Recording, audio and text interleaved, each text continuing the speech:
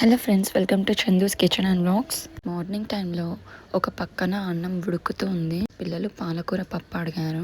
ఒక కప్పు కందిపప్పుని కడుక్కొని ఆ కుక్కర్లో వేసుకొని 2 గ్లాసుల వాటర్ వేసుకున్నాను. పచ్చిమిరపకాయలను కూడా కట్ చేసుకొని వేసుకున్నాను.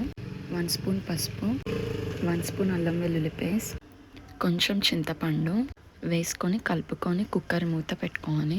3 విజిల్స్ అయ్యాక ఇలా ఉడికిపోయింది. గరిటెతోటే కలుపుకోవాలి. 1 స్పూన్ సాల్ట్ వేసుకోవాలి. ఒకసారి కలుపుకోవాలి. 4 వెల్లుల్లి రెబ్బలు, 1/2 స్పూన్ జీలకర్ర వేసుకొని దంచుకోవాలి.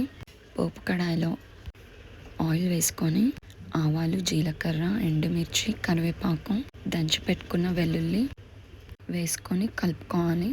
కొంచెం కలర్ చేంజ్ అయ్యాక పప్పులో వేసుకొని కలుపుకోవాలి.